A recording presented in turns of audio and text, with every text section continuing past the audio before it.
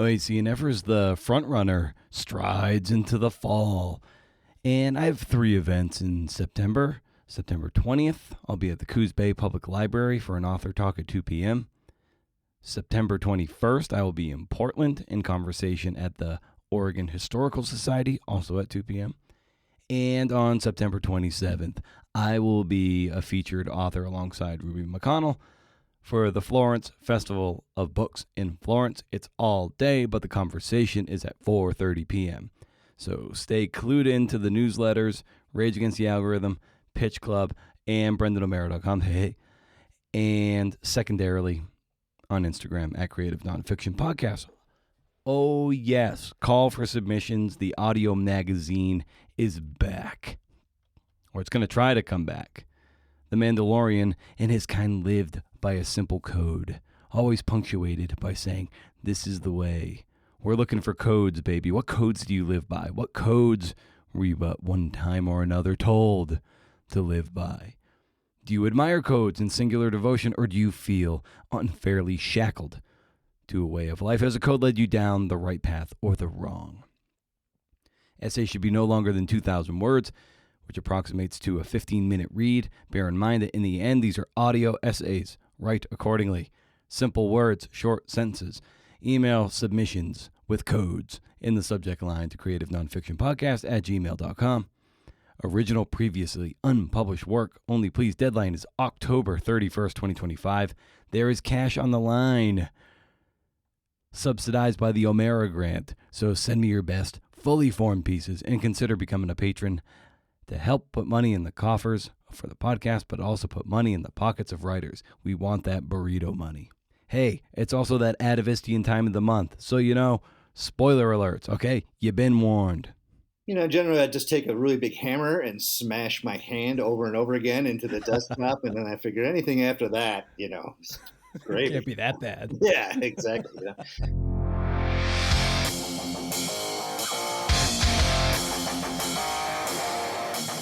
Hey, CNFers, sort of in a good mood. Don't know why, don't know how, just gonna roll with it. It's a Creative Nonfiction Podcast, the show where I speak to tellers of true tales about the true tales they tell. Today for episode 487, that's getting up there, we've got Robert Weintraub, a New York Times bestselling author, and his Atavist piece is titled American Hindenburg. In the early days of flight, airships were hailed as the future of war. Then disaster struck the USS Akron. It's at magazine.atavist.com. Consider subscribing. I don't get any kickbacks, and I finally subscribed. I paid $24.99 for a year to support this blockbuster journalism. You think I get freebies? Then you don't know how stupid I am. Show notes to this episode and more at BrendanO'Mara.com. Hey, there you can peruse for hot blogs, hotter nudes, and sign up for the 2 very important newsletters, the flagship Rage Against the Algorithm and Pitch Club. A flood of new subs to Pitch Club, which is great to see. Want to see more and more and more.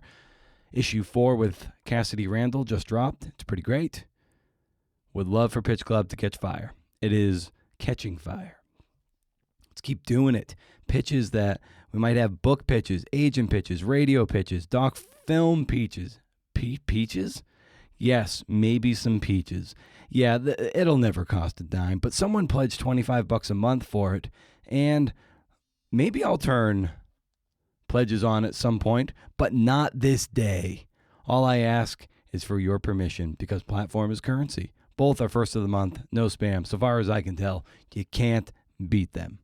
And you can also elect to check out patreon.com/CNFpod to throw some dollar bills in the CNFpod coffers, help support the audio magazine, and gear upgrades, keeps the lights on here. You can earn some FaceTime with me if you dare. Check it out, friend. First ever AMA, had to change the date, is for paid members, September 11th at 4 p.m. Pacific Standard Time. Okay, we're going to hear from lead editor Jonah Ogles about his side of the table and how he advises people to model their stories after previously published ones, and how there's never really any wasted moments by doing as much research as possible.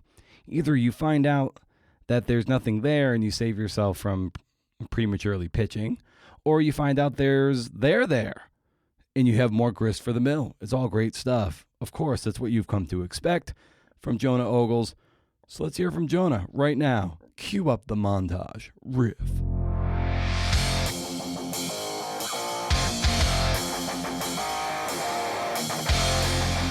Does everyone know I'm a fucking genius? Thank you. Everybody, remember what Brendan said. We got in because we're sadistic motherfuckers. Go lemurs.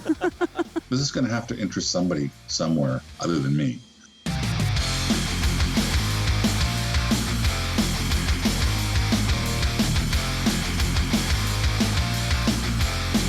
Yeah, totally. I mean, I had no idea that America had airships and a large, a few of them, and that they had this disastrous history and legacy. It was one of those that came in as a draft, basically, and we read it and we were just like, oh my gosh, like how have we never heard about this before? And when you receive a draft, pretty much, what do you like seeing in something that's fully formed, or like on its way to being fully formed, versus something that is very nascent, maybe just in pitch form? Yeah, I mean, I think we pay. I mean, I like to see good writing. I think the standard might be a little higher on a manuscript that's sent in, because there's an assumption that the writer has spent significant amounts of time on the piece. So we want it to be well written, which in Rob's case was, no problem. It was great. It was a great read from the get-go. And I think we're looking for a sense of story, like trying to get a handle on the writer's sense of story. And I don't think a piece needs to be perfectly structured for us to take it as a manuscript. But I do think we're paying attention to, do they have a pretty decent sense of how to pace this stuff?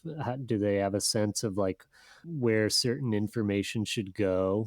Is it easy to follow, even if we might have some structural, feedback, which we did in this story, ended up cutting a lot of stuff, especially in the first like third of the piece.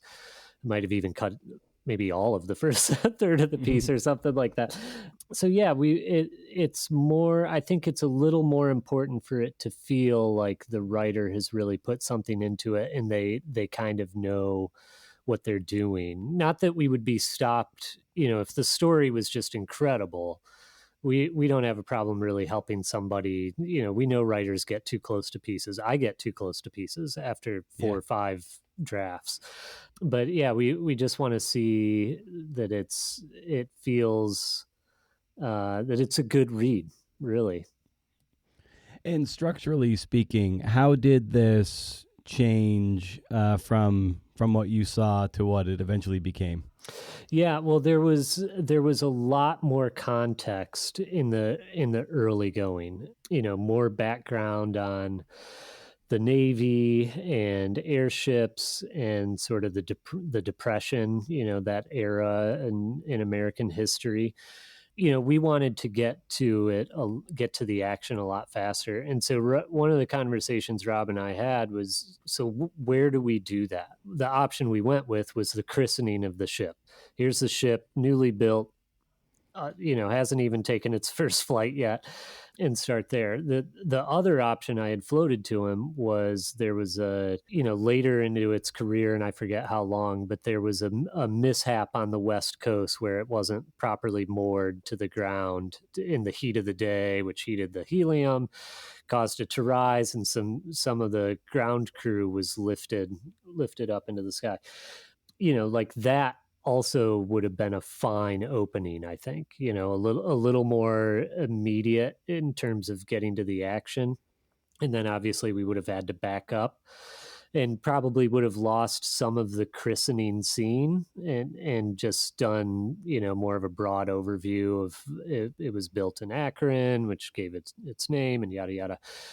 So I think either one could have worked. And I sort of threw out the two options to Rob and said, do what you want to, does one of these sound good? And if so, do it. And I think we'll be fine. I'm sure this boils down to a matter of experience and taste and having been in it for a long time. But how do you know that perhaps a story is getting a bit too weighed down in context or world building? What's your gauge? What's your meter on that when you're reading that kind of stuff? Yeah, I mean, it's most simple. There's a gut feeling of like I get a little bored, like Right. I Yeah. feel like I've been away too long. But I often tell writers that like if they've been gone from the action for 1,500 words in an Atavist story, that's about as long as we want to go on about something not related to sort of the central plot. Like I think you need a plot point every 1,500 to 2,000 words, something to kind of drive us forward again. Mm. So, I'll often, if my gut is telling me I'm bored here, I think we could get through this quicker. The first thing I do is highlight it and check word count. And almost always we're at 2,000 words. Like it just, I don't know why. maybe there's something human, something in human nature that when we're telling stories that's about as much as we can do. But it one of the most common notes I send is cut this in half, and or I will do it. I'll ask the writer if they want me to do it instead, because that I think 1,000 words is really the sweet spot in an Atavist story. With Robert's story, what were some challenges that were that were presented to you, with this draft that was kind of unique to this story? Yeah, well, we had towards the end of the editing process when Sayward gave it a top edit, she had a really good note, which was like, okay, there's an incredible disaster story here with really good like on the ground scenes. And so what? I mean, not that she was dismissive of it, but like, so why are we talking about this? Aside from that fact, and so what we did, we beefed up this forgotten history of the airship age. And in the draft before she had read it, there was mention of the admiral who sort of led the charge for these airships. There was mention of him butting up against opposition in Congress and in the Navy, but we didn't get too into it, which is, I talked earlier about an editor getting too close. That's probably a function of me really trying to cut the context down and just getting like a little too ruthless, and not realizing that I've cut stuff that might actually be interesting just in as I try to get things to move a little faster. So we went back and we added, I don't know, 300-400 words in the early going, and then a couple of other times when we mentioned sort of Congress or the Navy or a mishap that prompted some backlash, we would flesh that out with another 100 words here, 100 words there.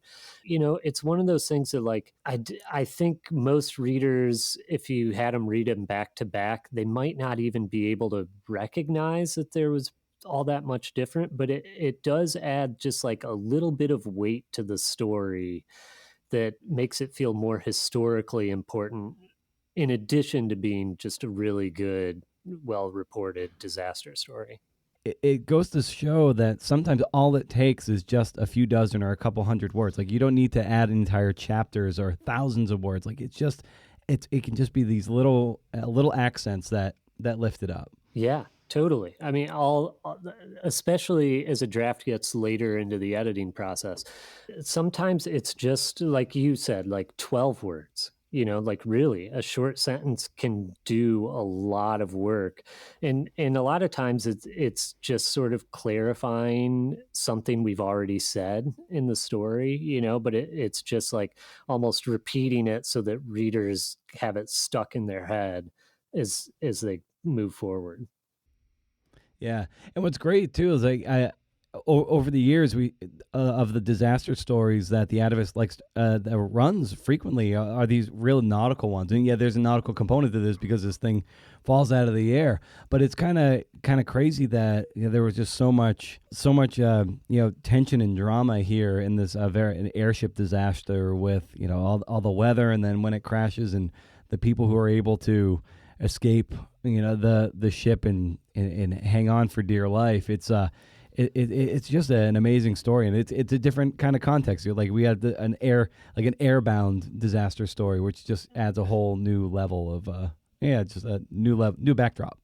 Yeah, totally. And you mentioned the survivors, and I mean that, like, really, that's the thing that makes this piece, is that there were great survivor accounts of it. Which is a note I give a lot of writers when they're pitching historical pieces, because a lot of times they have the broad strokes and it is really interesting, but then we send them a story like this and we say, can you get us this close? Like basically, I want dialogue. And a lot of times that's the thing that writers haven't done, is like, they know that something exists in this archive. They don't know what, but they're pitching it now because they're eager and they want the assignment before they start doing more work. And I always apologize because I realize I'm asking them to do more work without an assignment, but really, like, getting that stuff makes such a difference, because it saves writers time too. If it's not there, then you don't really have a story. And if it is, then that you actually have something worth pitching.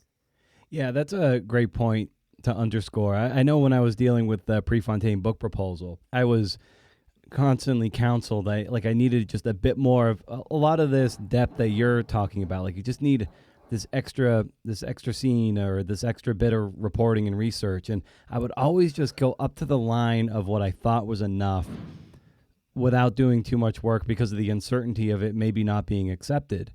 And here's the thing, like, had I just gone whole hog, I would have found out quicker whether there was something there. It turns out there was, but but then if there was, I would have had all that research there, and I would have expedited the timeline for it having been accepted, and would have afforded me 6 more months that I desperately mourn to this day. Yeah. And so it's to your point, it's like there's really no wasted work. You're either going to find out there's nothing there, or you're going to find out there's more than you thought, and it's not wasted research anyway. So you might as well just go all in as fast as you can and then see what happens.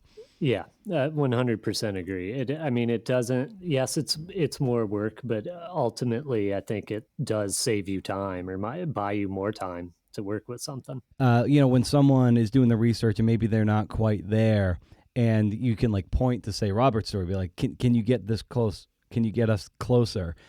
Do you often like share like a story or an Atavist story or two? Be like, this will help your cause. Like, this is evidence in your favor. Yes, you can do this. Yeah. Oh yeah. We try to, when a writer is close, or the idea seems promising, and even if not, we try to share examples. It's helpful for writers to sort of see what a similar story is doing. And even if it's a different subject, like I often send like Sayward's piece about the abuse at a school in LA when we get pitches that might have composite characters, or not composite characters, but like a bunch of characters, not just one character we're going to follow throughout a piece, but we need to see 3 or 4 in order to tell this story. I'll send that out and be like, look, we don't do this very often, but when we do, this is how you make it feel intimate still, and like their stories are connected, and we want that same type of connective tissue. So we have examples sort of offhand, or off the top of my head, that I usually am aware of, and if not, like, we'll talk about it in pitch meetings. What's a story that we've run that would be helpful for this writer to read? We get a lot of pitches, unfortunately, from people who have not read the magazine. Starting there is a good place to start, definitely. Well, yeah. Well, a great pitch hack is, it sounds simple, but read the magazine. But also, when you're pitching a story, be like, it's like, this story is gonna maybe rhyme with these 3 I've read in the past, but it's different, a different backdrop, but it's got a similar shape or similar kind of tone to it. And then it proves they've done their research about the market they're pitching, but also it lets like, oh, okay, cool. Like, they're locked into this degree of thinking, like, okay, that's going to elevate the story. Plus they know what the magazine's about. Yeah, and it can even be a good model for the structure, honestly. Yeah. You know, like a disaster story, you could look at the way this is structured, or Nick Davidson's piece earlier this year, or Robert Kolker's piece a Yeah, couple there's years an air ago. one. Yeah, yeah. Yeah, another Hot air another balloon. balloon story. You know, I think the structures will be pretty similar, and a writer setting out to write a first draft would probably save themselves some time if they just wrote down what was happening section by section in those stories. It's going to, you know, swap out some characters and events, and it's going to be a pretty decent guideline for telling the story. Yeah, that's the game tape I always talk about. Like, you find these stories that you admire, and it's like really, like print them out or something and lay them out and like annotate what's going on here. Okay, Yep. what's going on in this break? It's like that's the slow work, but it's the analytical work that you can then model, because it's not. A lot of these stories have a similar stencil, but if you imbue it with your own reporting and research and different characters and different backdrops, it'll still feel fresh every time. Yeah, exactly. Very nice. Well, Jonah, as always, it's so cool getting your side of the table. And is there anything maybe we didn't touch upon that really struck you about this piece that maybe we should thread in there? No, I mean, Rob did such a nice job with it, and he was so great to work with. And it's a fun piece. It's a great example of how to tell a historical drama. So I hope people check it out and enjoy it as much as Rob and I did working on it. Well, amazing. Well, as always, Jonah, it's so fun to get your side of the table. We're going to kick it over to Robert now, but as always, thanks for the time, man, and insights. Yeah, thanks for having me. It's always a good time.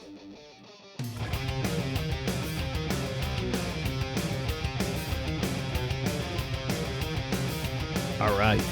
Now it's time to hear from Robert. Robert Weintraub is the best-selling author of No Better Friend, The Divine Miss Marble, The House That Ruth Built, The Victory Season. He has a Substack called NYC 100 where he counts down the top 1,000 sporting events in New York City. That's at robertweintraub.substack.com. You can visit his website, robertweintraubauthor.com, to learn more about him. And Robert cut his teeth as a television producer at ESPN, but soon began writing for Slate while he was over in Singapore. And then he's written for the New York Times, The Guardian, Grantland, and now The Atavist. We talk creating these historical narratives and grounding the characters in their present. They don't know the outcome, even though we might. They don't. David Grant talked about that too when he's been on the show in the past. So those are pretty sick. Looking at a magazine and then thinking what kinds of stories you can pitch there, instead of like you got this story that you're trying to jam into a square hole and it's a round peg, or the other way around. I don't know. I'm shitty at pitching. I am. That's a big reason I started Pitch Club. Hey. And how Robert's Atavist story started out as a book proposal. Years in the making. It's great stuff. No parting shot for this episode because it's a bit longer. Plus, I don't even know what to say right now. I don't even know anymore. So please enjoy my conversation with Robert Weintraub.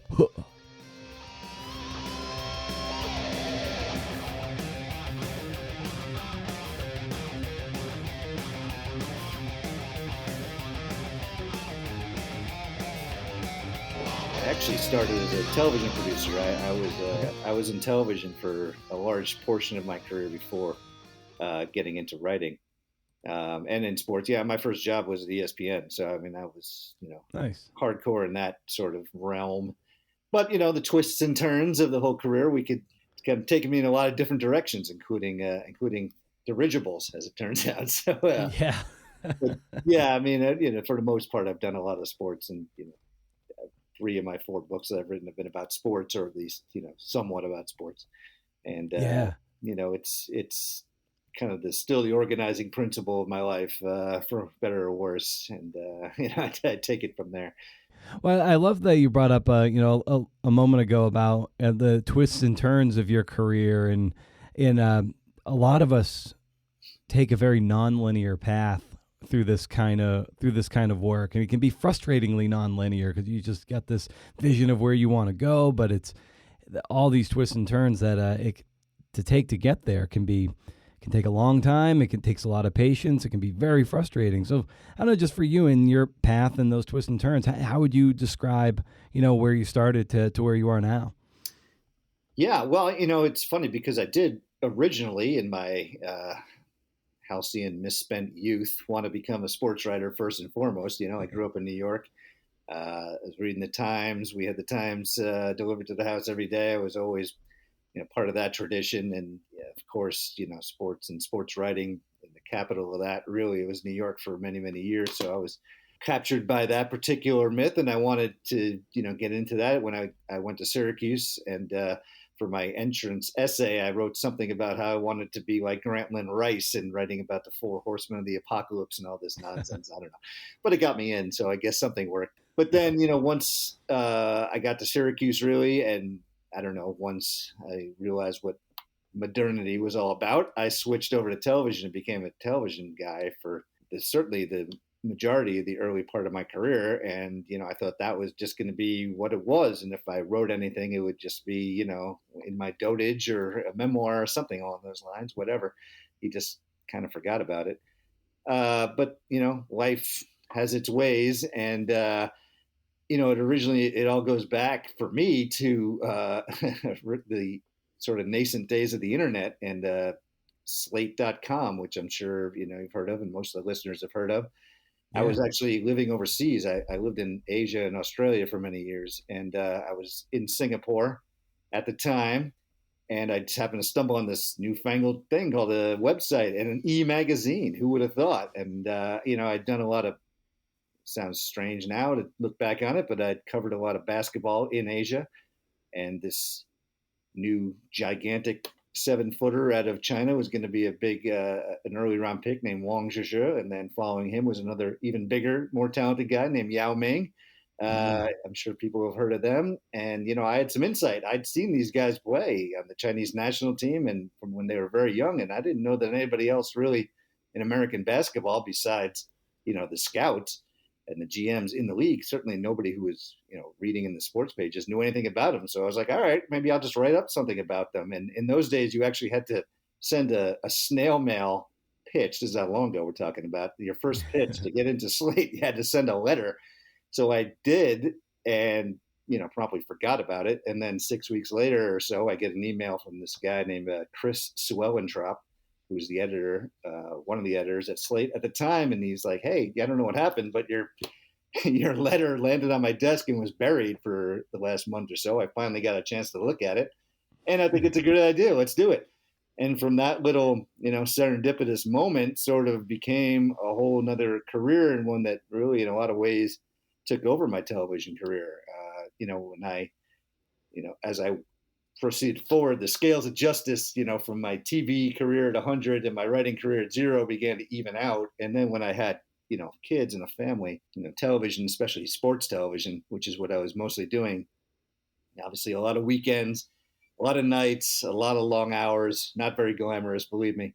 And, with a young family, I didn't want to have that, be my entire life. I wanted to spend some time with him, and Lord knows my ex-wife now at the time, she wanted me home as much as possible too.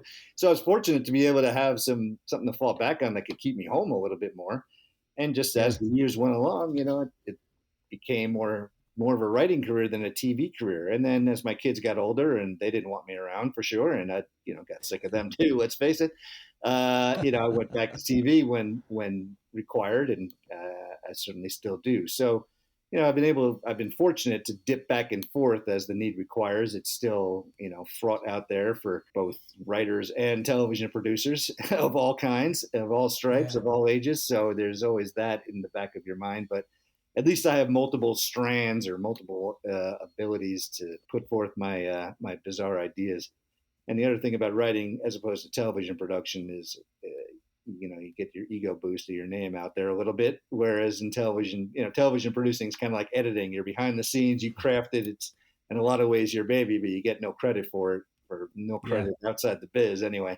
So at least this way I can, I walk by my bookshelf and I see all the books I've written with my name on it, and all the translations and the various editions, and I can get that little ego boost to get me through the months long horror show of continuing in this terrible business. So at least there's that.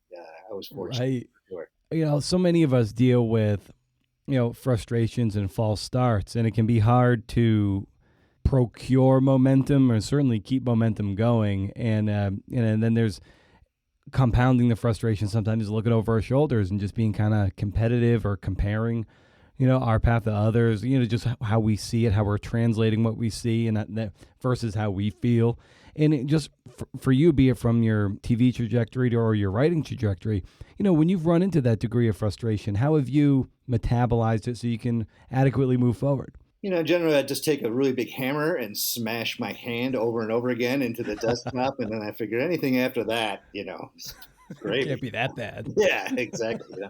Make it worse in the other frames of your areas of your life. And then this doesn't look that bad. No, I mean, it's a great question, and it can be hard. You see somebody getting a gig that you wanted and you're like, what the heck? I'm better than that guy. Or, this woman gets everything. Why can't she share the wealth a little bit? That's natural, and that's for everybody. But, from time to time, the main thing I do is I think of other people maybe looking at me and thinking, why is that guy, able to write books, and why is he getting these assignments? Who's he?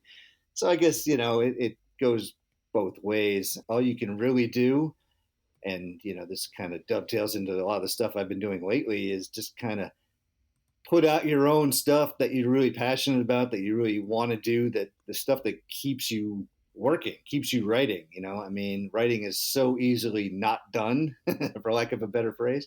It's very easy to just kind of open up your laptop and mean to write something and then spend the whole time surfing the internet or whatever instead. So to actually do something and get something on the page, or the digital page, it takes a real fire in your belly to actually want to do it. So I have a Substack that I do, which is basically just for me and the handful of people who really enjoy it. I count down the top 1,000 sporting events in New York City history. I mean, it's as insane as it sounds, and it's certainly not doing it for the dough, but it's caught on a little bit, and people enjoy it, and people are looking forward to the next entry. So that's really all I can ask for. And as long as I can keep my head afloat in terms of paying the mortgage or whatever, and beyond that, everything to me is just doing the stuff that you really want to do and gets you to your typewriter or your laptop or your notepad, whatever. Because if you start dwelling in the what other people are doing or what I should do to try and chase what other people are doing, it screws you right into the ground. You'll never get anywhere. For better or worse, you just have to keep your eye on what motivates you. It's kind of let the chips fall where they may. That's kind of life, in general anyway. So no different than any other walk of life, really. Oh, for sure. And having a Substack like that or a newsletter, it's so critical to that platform building. Even if you're not maybe not making a lot of money from a Substack or any money at all, but if you've got people giving you their email address and they're looking forward to the next sporting event on your roster there, while not directly paying you, and maybe they are, but while not directly, like that is stuff that you can leverage for your next books, because you're like, I have this audience, I have people who are eager about this thing, I have an email list of X amount of people on it, and agents and publishers, they're like, okay, so now if we invest in you, there are people on the other end who are like, are going to buy, hopefully, at least one, if not more copies of your next work. Yeah, it's currency you don't really get from other, aspects of writing. Even, I've obviously been very fortunate to be able to write 4 books or to write a piece in the Atavist that we'll talk about, or, everywhere else. But a lot of times you don't really get a sense of how many people or, the level of interest in that. Sort of, you get sales figures from time to time, or your books maybe, or I did have a book reach the New York Times bestseller list, so that at least let me know that somebody was into it. But generally speaking, it's all kind of in a vacuum a lot of times when you do this kind of work. So this is, like you say, much more, direct response. And for sure, even if they're deleting it right away, at least you're sending it directly to the people who have either signed up for or, let there's some interest in it directly. And as you say, in this modern age, that's what the sort of the quote unquote gatekeepers are looking for, if anything, or you can elude the gatekeepers by doing it directly yourself. And it's a great way to know if you're actually reaching anybody, which is, Yeah. always nice to know. You do it for yourself, like I said in the last answer, but you also want to know that somebody's reading it. And, you get a lot of interactions and a lot of fun people that you wouldn't necessarily even know or know that they are interested in your work. You get a chance to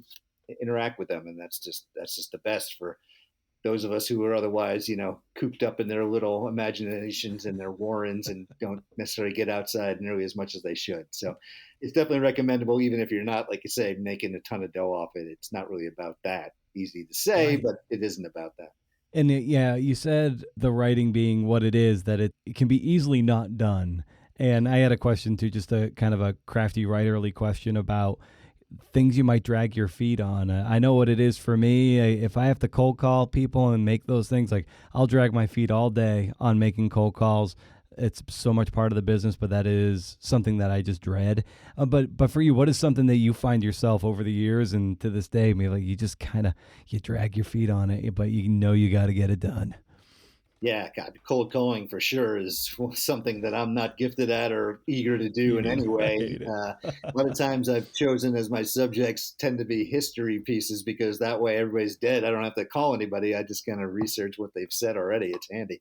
Yeah, there's certainly the element of just, and I think for nonfiction, this is an advantage. For me, it's just like, how do I get started today? And where do I want to go with this? Like, what's going to get me moving, because it's the original motivation is where it really comes from me. Once I get going, I'm usually I can find 2 or 3 hours go by and I've actually been productive, much to my own surprise. So in terms of working in nonfiction, and this is something that I learned right away really when I first started doing this, it helps to have that like quote that somebody said or somebody did something in your file, in your document, that you can just cut and paste right into your kind of working file and build around it. You don't have to think about how to start.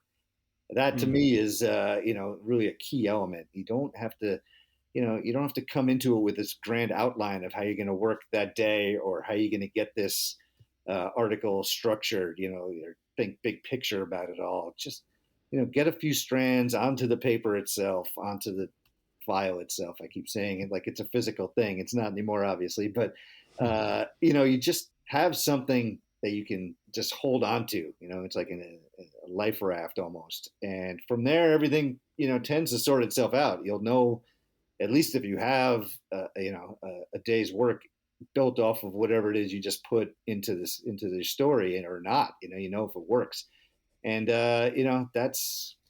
that's really has always been the most difficult part for me, is just really getting going, beginning. There's always something to distract you. There's always something else you could be doing. There's always another story you could be looking into writing, unless you're right on deadline, which is, always an unpleasant and pleasant place to be for various reasons. There's always something to get you away from your task at hand. So, having that solid ship to sail on in your notes or in something and somebody just said, or just a stray thought that pops in your head, just get it down on paper. That just starting out with that is really everything for me. Once you get that, it all flows from there, really. Yeah, when you're researching, be it for a book or a long article, when does the shape of it start to develop for you?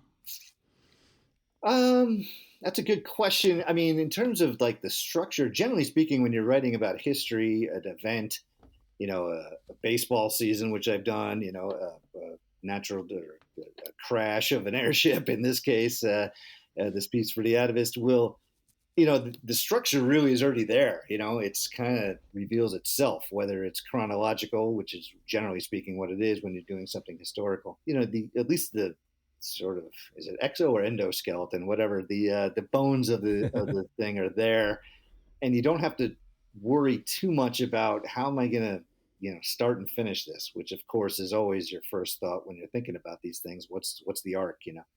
And in terms of generally speaking, if you're doing a historical piece, the arc is self-revelatory, at least ideally so. And then the real challenge is, how do you, maintain the subject? How do you maintain that arc? How do you research itself? What do you go about looking for that's going to stay on this particular path that you've already started to hack out, or has been hacked out for you in this case?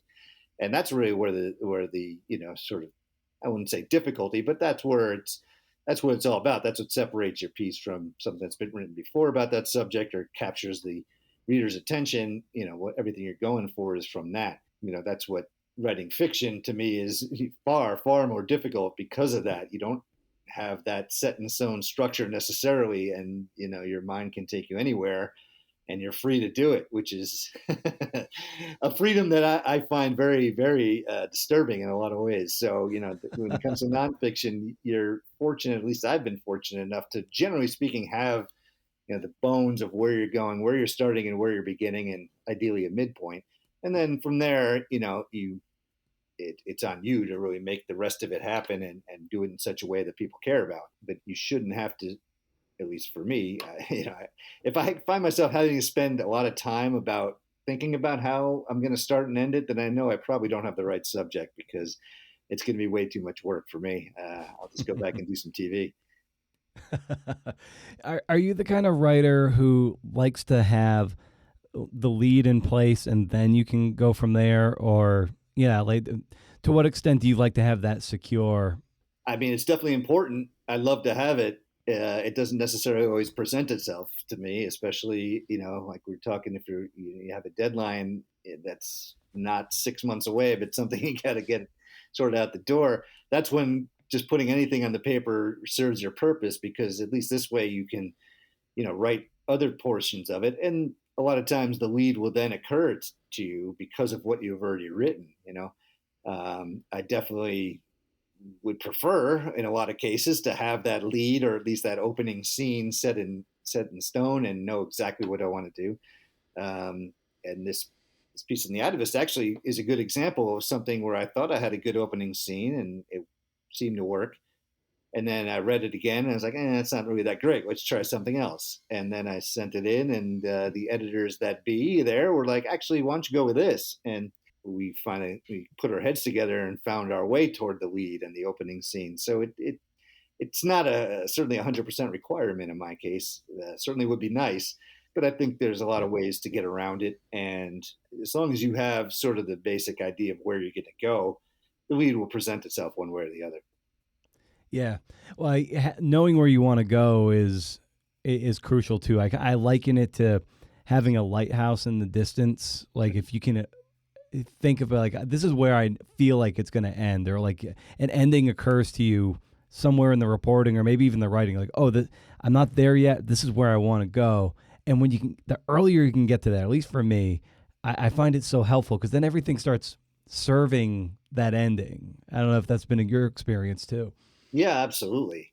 And a lot of times you also find it that, what you think is your ending, or you think, all right, here's going to be the ending, and then I'll, wrap it up with this and that. And then you realize, I don't even need those extra paragraphs or sentences or whatever to wrap it up. This is the ending. Where I thought I was going all along is the perfect ending. That's what you want to do. Yeah, in a lot of ways, it is almost more important where you know that it's going to end as opposed to where it's going to begin. You can write your way around the beginnings in so many different ways, but where you're going sort of, kind of carries, as you say, not just what you wind up writing, but your thought process throughout. And if you, can have that kind of be in your service the whole time, as opposed to sort of just writing and figuring it out as you go, and maybe it ends here, but maybe, again, that doesn't work for me. I'm sure people have written great stuff and not knowing, like you say, what's coming over the horizon, or what's just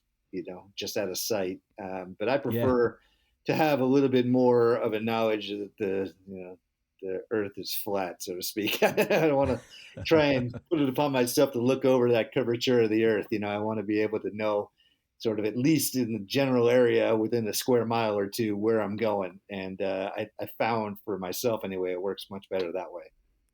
Yeah, that's a great way of phrasing it. And with this piece for The Atavist, how did you arrive at it?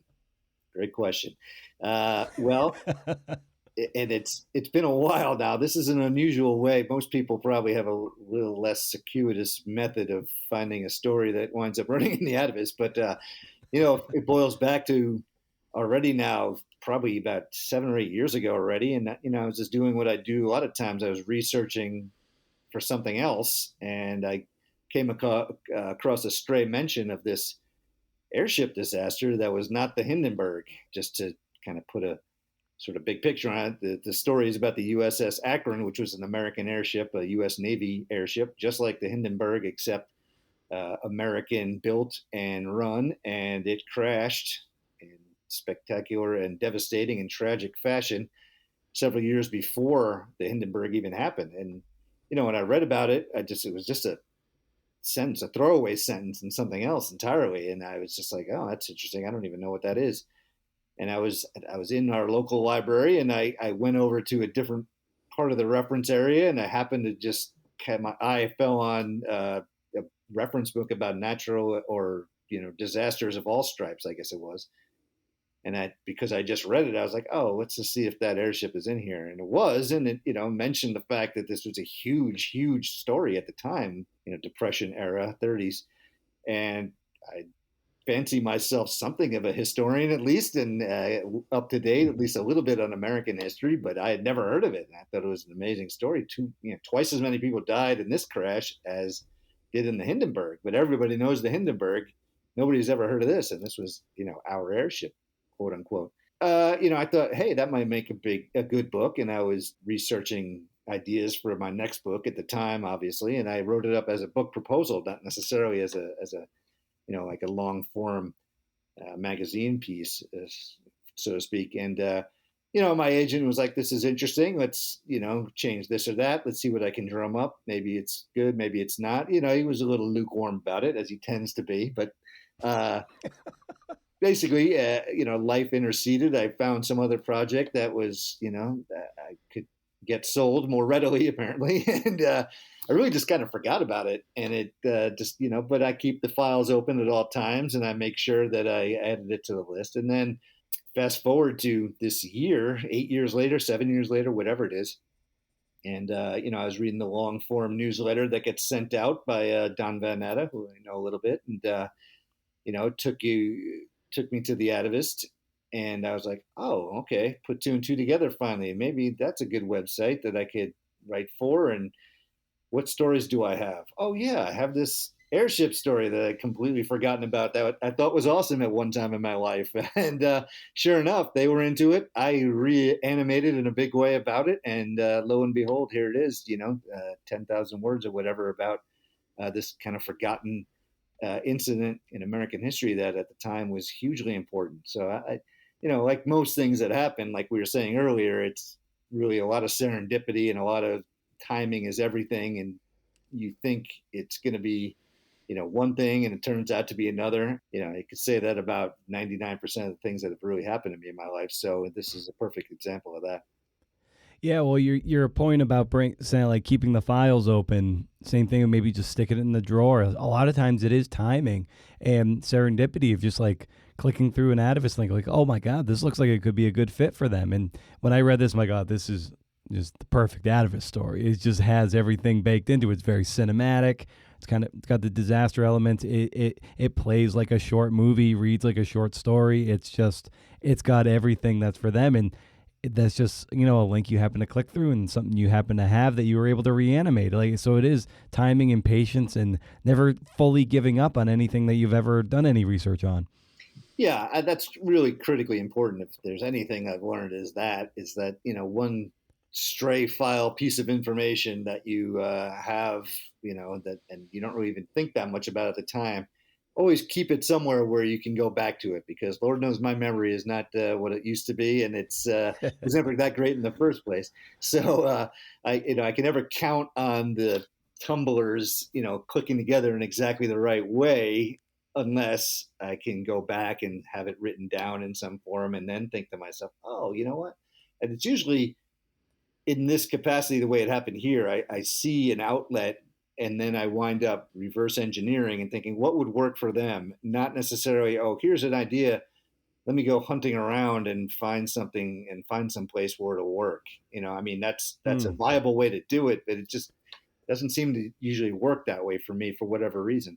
As you point out, the story and the outlet in this case worked so fit so perfectly together, nut to bolt, that it really was destined to be almost in a lot of ways. And the Atavist was a site I knew about it, but it wasn't like I was religiously looking at it for on a month-to-month basis up until the point that it got referred to me, strictly by accident again. And then I thought, okay, let's go and see what fits them rather than the opposite way. If I had tried to at any point, figure, all right, I have this idea for a story about an airship that crashed. Let's go spelunking around and try and find a website or a publication or whatever for it.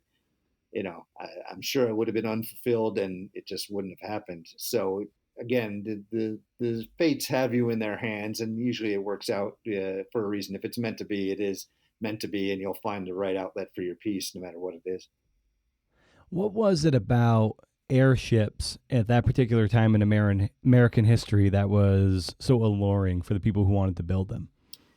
Yeah, well, it had been really World War I, and you have to put yourself in the shoes of, these military planners who didn't want another war to happen, but were thinking about one over the horizon, especially a war in the Pacific with Japan. That was sort of everybody in the Navy, the U.S. Navy particularly, assumed that was the coming conflict. And in World War I, airships, dirigibles, zeppelins is what they were called, used by the Germans, were really very effective in terms of scouting, reconnaissance, and also dropping bombs on England as it happened.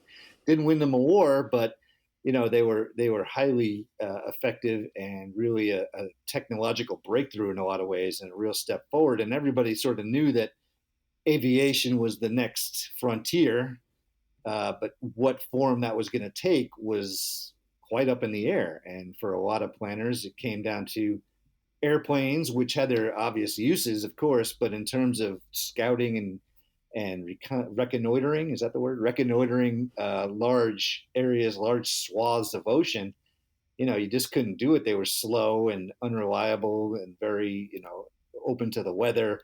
And obviously they needed land at the time. So, the idea of an airship, a dirigible, that could not only stay up in the air for long periods of time and cover huge amounts of area, and also in the case of the USS Akron, which is what they were talking about and wound up building, they could also carry airplanes that would exponentially increase the amount of range they could cover. And you're talking about, estimates vary, but 2, 4, 6 times the amount of range of what the Navy fleet, the ships, could actually find. And, you think about it, and it's really tantalizing in terms of how they could have really changed history if they just didn't crash. You think about the whole essence of Pearl Harbor and what that was, a surprise attack in the Pacific against the U.S. fleet. Would they, if these airships had been out there always on station looking around for enemy warships on their way, toward America, toward Hawaii, they certainly would not have been able to pull off Pearl Harbor attack, probably wouldn't have even thought about trying it. It would have counterfactually changed the entire essence of the Pacific War during World War II.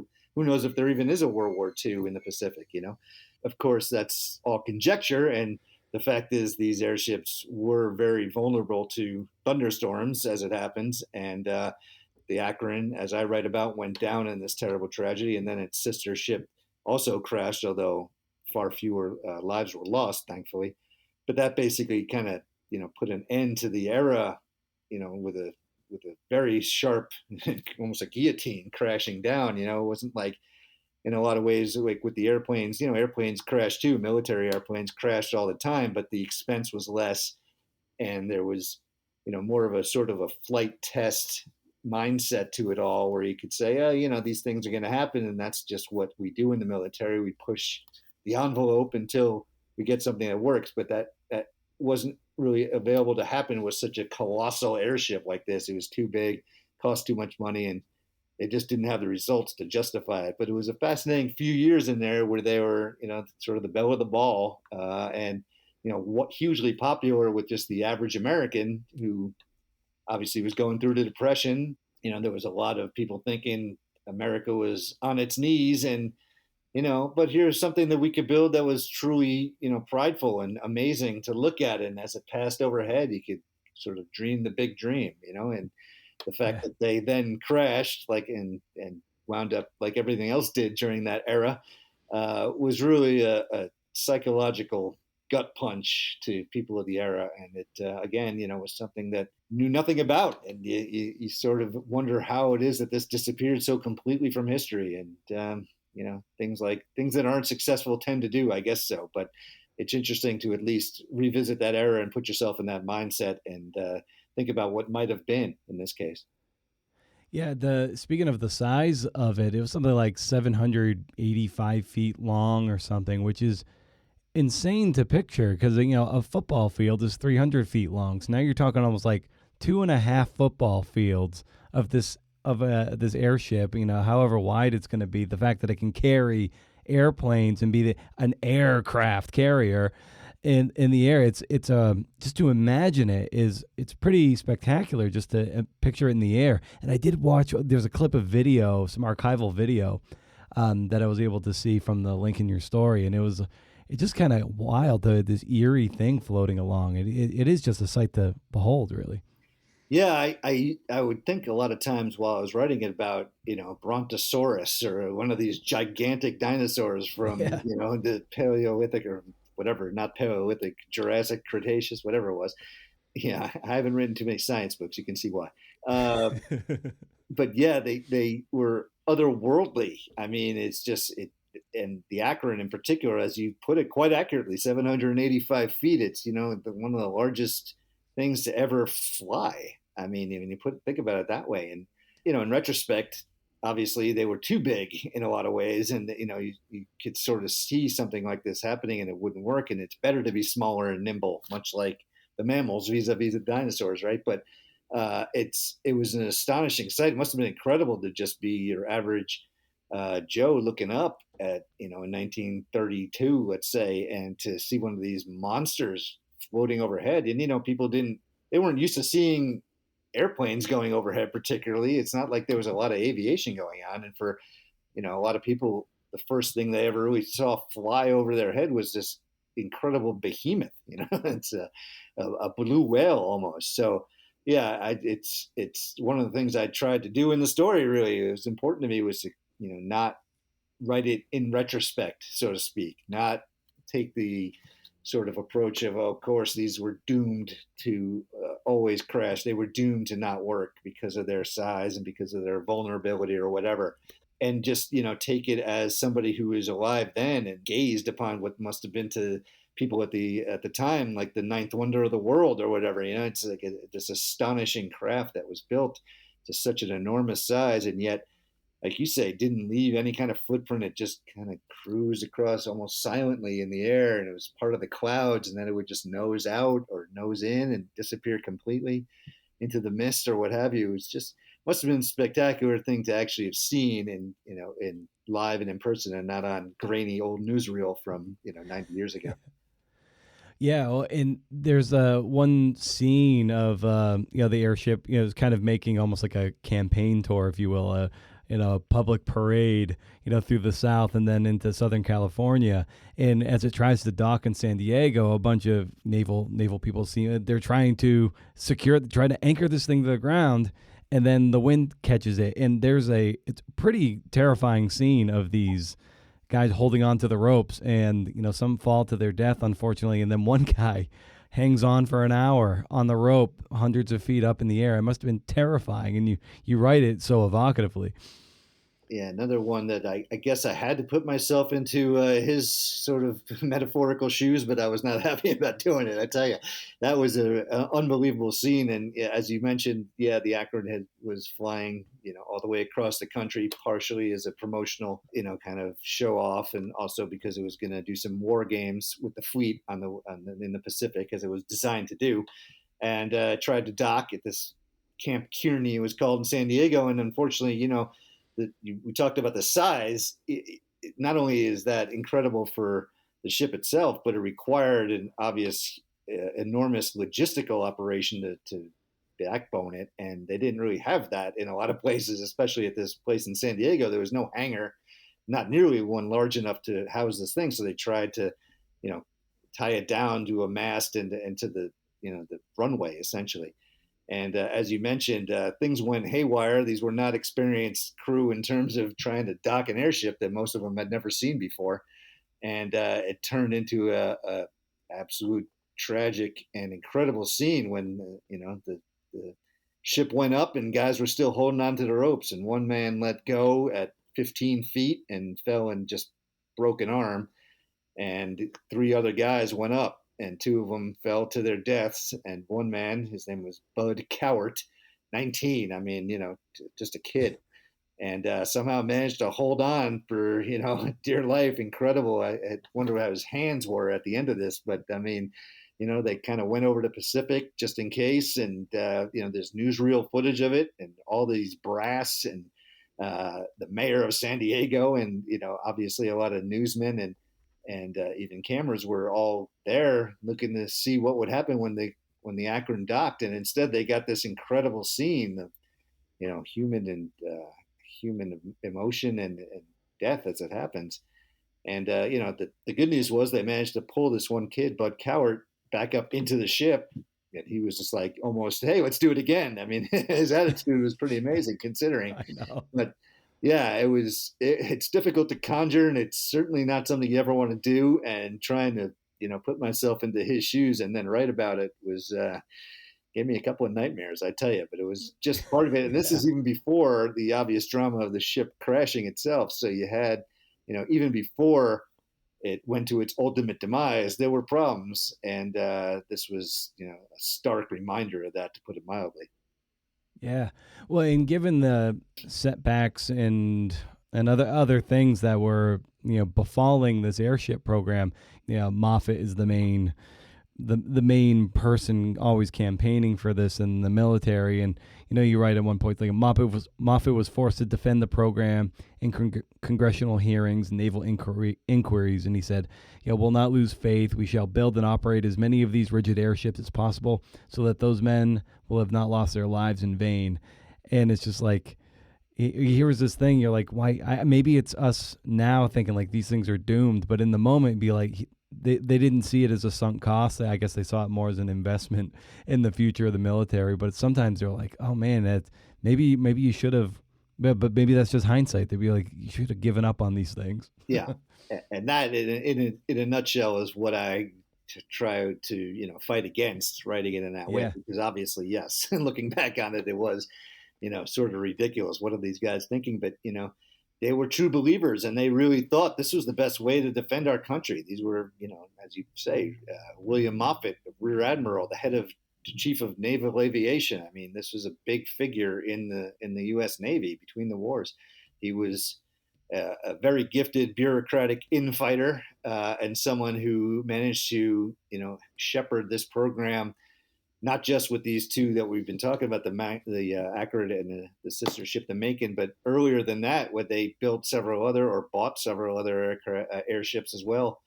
And they all crashed too. I mean, there was, a constant sort of drumbeat of death and destruction around these airships. And yet it wasn't the mindset of, this is ridiculous, let's put our energy and our money, is more importantly, elsewhere. It was, look at the promise of these things. If we can just keep them in the air, if we can just get a fleet of these things built and operating so that, if one crashes, we're not doomed. We still have a huge program to fall back on, much as, the Navy itself, the fleet was. They thought of it much more in the sort of, the promise of it all, not what's the worst that could happen. And unfortunately, they were confronted with, the worst possible scenario. It's Shakespearean in its way. I mean, the fact that Admiral Moffett not only fought so hard and for so long and had this sort of purity of vision about these things, but then literally went down with the ship, his pride and joy in the USS Akron. There's a real tragic and a real, poignancy to that. And yeah, again, it's hard to sort of envision it from a modern perspective, why these things kept going and going, even though they proved to be very vulnerable. But that was what I had to avoid in writing it. You have to look at it from in the moment. And this is not just this piece, this is writing history in general. You have to look at how people, the decisions they made and their actions that they took in the moment, without the 2020 hindsight. And that's Yeah. not that easy to do. And that's one of the, more difficult aspects really of writing historical nonfiction, whether it's a book or, an article or any kind of piece where you're looking back on things that happened and trying to figure out what these people were thinking. Yeah, when I've spoken with David Gran, who's written amazing historical narratives, be it The Wager, Lost City of Z, Killers of the Flower Moon, his big thing, and I asked him about how he creates tension and suspense with these historical narratives that we kind of might know the outcome, but yet they're still incredibly gripping. And he echoed the exact point you made, Robert, where he's just like, they don't know how it ends in the moment. So we have to be in their shoes, in their present. And when you write it like that and research it like that, it does still create an incredible amount of tension, and we want to know what happens next. We want to keep turning or scrolling, just because, like they don't know how it ends, even though we do. Right. And the fact that we do is what creates that tension, right? Because nobody wants to die. Nobody wants these things to happen. Of course, that sort of in the back of your mind, and that the Titanic did not want to sink on its maiden voyage. So how in the world did it happen? Like, what is the rationale behind these decisions? And were they just blind to the world, blind to the facts? It doesn't seem likely in a lot of these cases. Obviously, that does happen sometimes, but you're talking about, like I said, highly decorated military men in this case.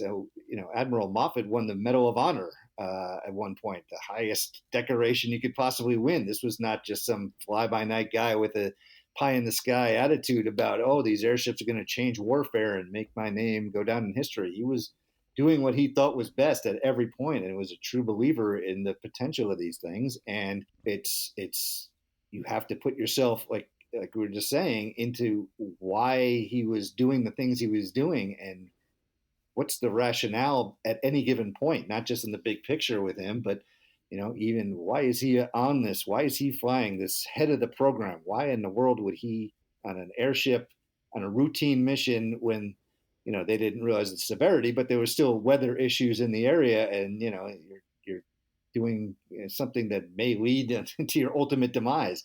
How on earth could you have gotten on board this thing, which is clearly a flying death trap, right?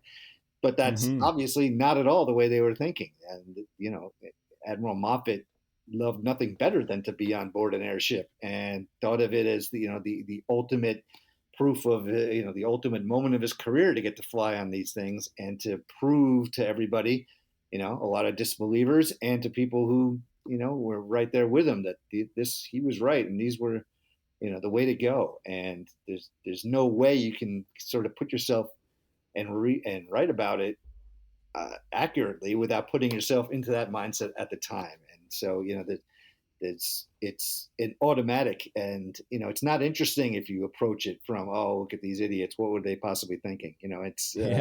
It's much more interesting to understand the whys and the hows of their decision making, and oftentimes you find it makes total sense, and it's just it's just life that kind of made it interesting for all of us to look back on. And I think that the Hindenburg was this terrible disaster, but its forerunner was a Zeppelin called the Graf Zeppelin, which flew 1 million miles or something before the Germans retired it, and just carried people all over the world, and nobody's ever heard of it because nothing untoward happened, right? Everybody's heard of the Hindenburg because it blew up in spectacular fashion. It wasn't fated to happen that way. Obviously, they thought it was just going to be a similar passenger ship to the Graf Zeppelin. So you do yourself and you do the readers a disservice by sort of looking at it through the lens of modern times and not as they were living it. Yeah, and when the Akron goes down, and the way you describe it, and the few surviving members who were in the ocean at the time, and just starting to succumb to hypothermia and everything, it's like really riveting cinematic storytelling. So how did you convey that and recreate those scenes there in the ocean on the crash site? Yeah, I mean, obviously, these are the kind of things that writers and historians rely upon because if everybody had died, we would never know anything about what happened, right? And only three men came back, and we're sort of limited to our knowledge of what happened based on what they remember. But you go with what you can. And fortunately, one of the survivors was the second in command of the ship. His name was Herbert Wiley, and two others were dedicated and long-serving airmen who were, knew what they were talking about. And, they gave congressional testimony after the fact of what happened. Everybody, of course, was trying to figure out what happened. The pride of the U.S. Navy here goes down in a storm. What the heck? So they repeated their stories quite a bit.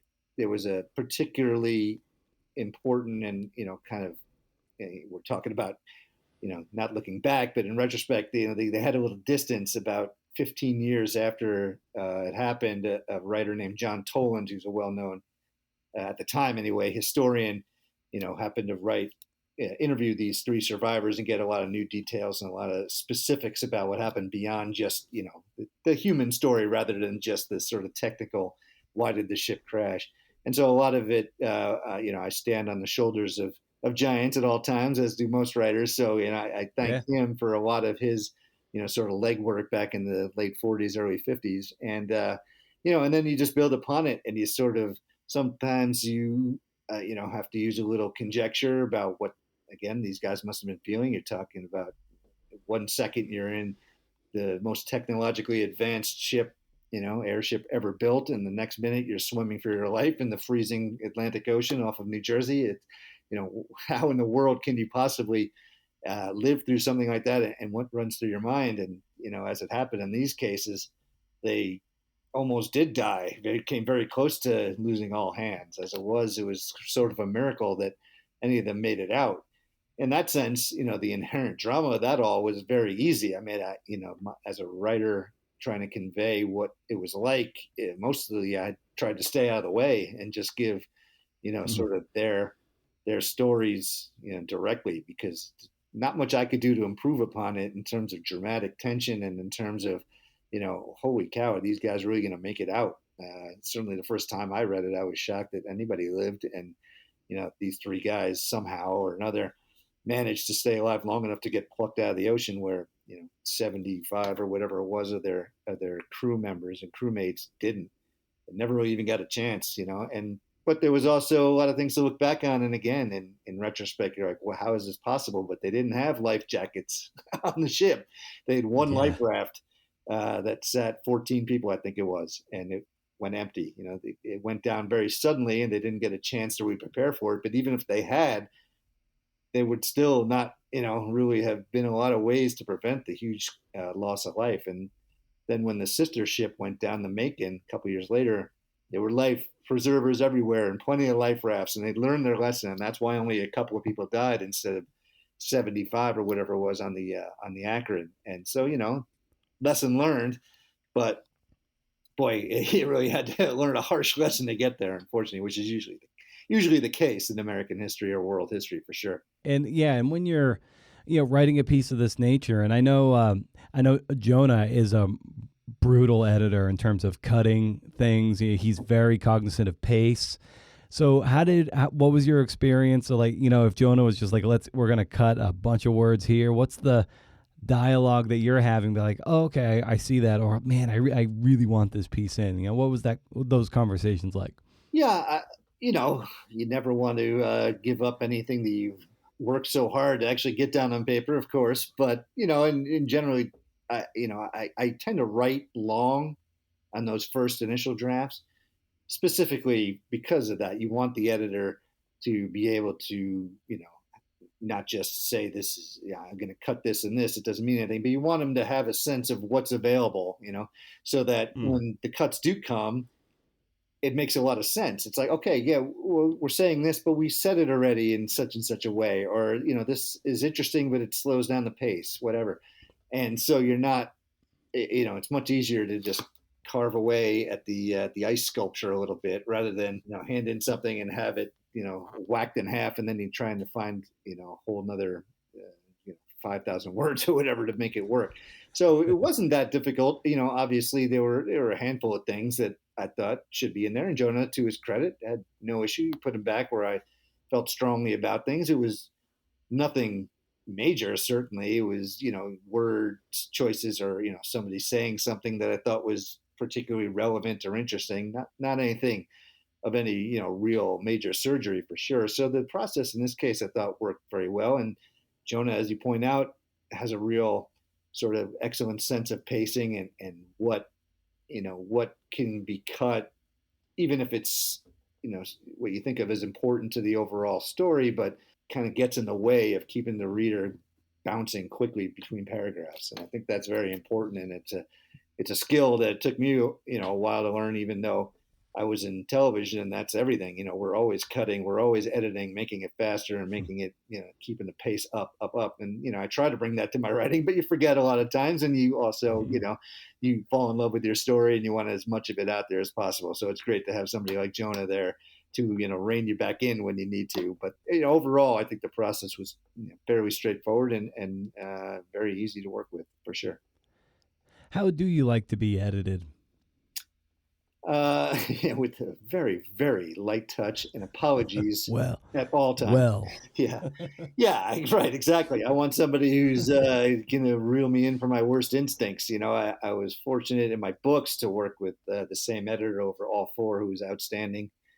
His name's John Parsley, and he was always extremely insightful and would always manage, not just in terms of just line by line editing, but sort of where the bigger picture wants to go, where you're kind of taking a tack that might not work in the big picture or might not lead to anything that's relevant. We would have conversations, and it was not just a matter of me turning in a draft and him responding to it, but kind of along the way editing, as I like to say, kind of pit stop editing.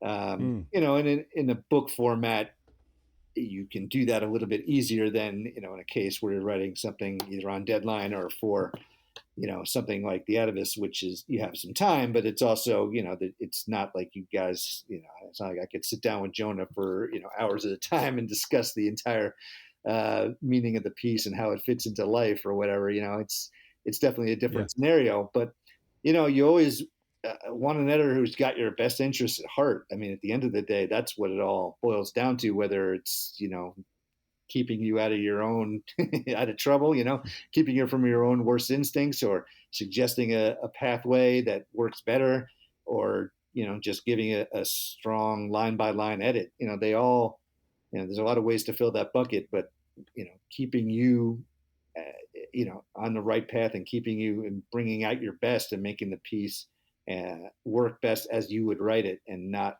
and you never want to look back at your piece and think, oh man, this would have been great, but for the editor and what he did to all this stuff, or she. And that certainly wasn't the case with Jonah or in my books. And not really, I haven't had that experience too often. It happens from time to time. Obviously, occasionally, the more you write, you're going to run into it.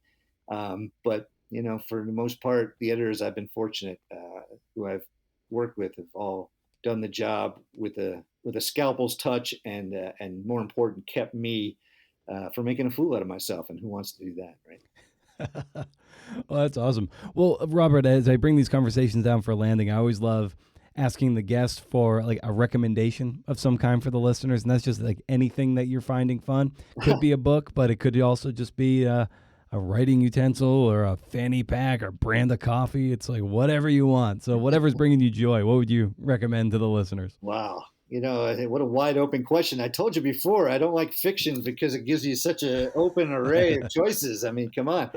Well, there's a lot of ways to go. It's funny. I was just thinking about this, and I was thinking I should write a piece about it, funnily enough. So this goes back to, I've been doing a lot of swimming lately. I'm a former athlete, and I try and keep fit. But, as the famed nonfiction writer Indiana Jones once said, it's not the years, it's the mileage. And, my tendons and various body parts are feeling the years a little bit. So swimming, I find, is a great way to, kind of do that without putting a lot of punishment on your body, at least not on the joints. And, but, it gets boring when you're swimming, 3 miles a week or whatever, doing freestyle back and forth and back and forth. So I've been breaking it up by using a stroke called the side stroke, which has garnered a lot of curious looks down at the YMCA, and a lot of people thinking, what in the world is that? And it kind of goes back to, and this will tie it back into the piece a little bit. I used to live in Hong Kong, and I learned to scuba dive while I was living there.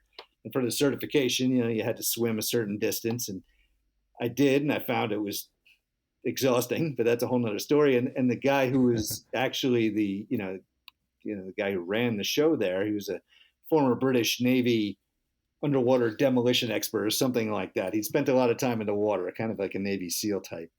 And he said, well, don't worry too much about your freestyle, because if you're ever in a situation where you have to swim for your life, you're going to tire and drown if you try and swim the freestyle. You should do the side stroke. It'll keep you going, and you'll see where keep your head above water. You'll see where you are, your hands out in front of you in case there's, fish of some sort that you don't want to have meet with your face. And, it's definitely worth, keeping that in your back pocket. And I never forgot that. And fortunately, I've never been in a situation where I had to, swim for my life. But there have been occasions where I surfaced from a scuba dive and I was far too distant from the boat that was supposed to pick us up, for my comfort, and I wound up using it. And and here I am using it in the pool on a regular basis, and it keeps you going, and it alleviates the boredom, and it gets people talking to you about it, and I can have a story to tell. So it might not be particularly interesting in terms of a book recommendation or a movie recommendation. It's not Mahler's Second Symphony or anything like that. But the side stroke is worthy of your attention if you're ever swimming and you want to break up your endless boring laps. Let me tell you, it works out well. Oh, amazing! Oh, I love that. I love the sound of that. And anyway, but the speech for the Atavist, it's great. It's 10,000 words and it reads like it's 5,000. It's just an awesome piece, well paced, just riveting stuff of these forgotten histories that I love. I love coming across these things. Like, how did I not know about this? And the Atavist does such a good job of running stories like this. So just thank you for the work, and thanks for coming on to talk some shop. No, thank you. It's been fantastic. I love talking about this stuff, and I love being able to, give my perspective on things, for better or worse. So take it as you will.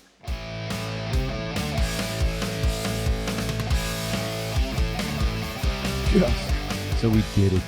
We made it. We did it again. Thanks to Robert, Jonah, and you, kind listener, spending some time with headphones, listening to these conversations, giving me a reason to live. Be sure you're checking out magazine.atavist.com to support the amazing work done there. Visit brendan'omara.com. Hey, as the hub for all things CNF Pod, Rage Against the Algorithm, and of course, Pitch Club. Gotta keep growing Pitch Club. Gotta keep growing them all. They're not intrusive. Your permission is currency. I respect that. Unlike a lot of people. All right, CNFers, stay wild. And if you can't do, interview. See ya.